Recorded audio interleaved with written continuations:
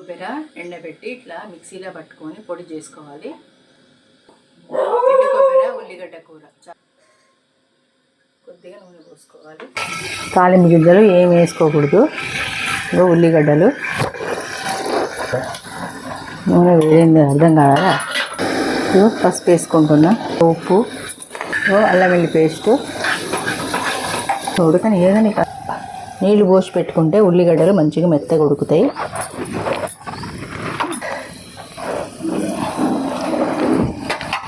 నీళ్ళ మూత పెడితే ఉల్లిగడ్డలు మంచిగా మెత్తగా ఉడుకుతాయి.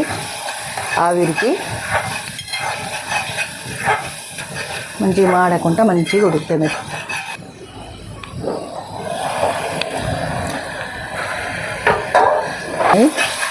కారం వేస్తున్నా. 2 టీ స్పూన్ల కారం వేసి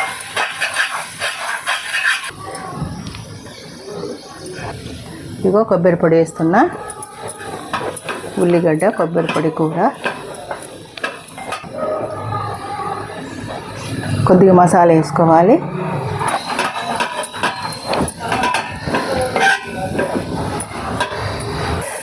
ఏ కర్రీ లేనప్పుడు ఈజీగా తొందరగా అయిపోతుంది. మంచి టేస్ట్ ఉంటుంది. వారం నిల్వ ఉంటుంది.